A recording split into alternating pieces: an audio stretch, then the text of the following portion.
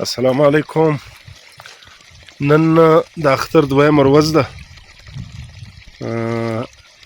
1 اپریل 2025 د سوموار ورځ ده. سوموار ده که منګل ده؟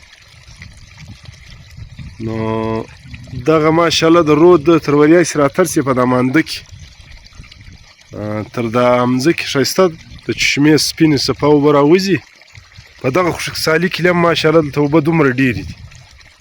نو دا د الله یو فضل دی. ډېر خوندور ځای دی، اوبه هم ډېر ښایستې اوبه دي.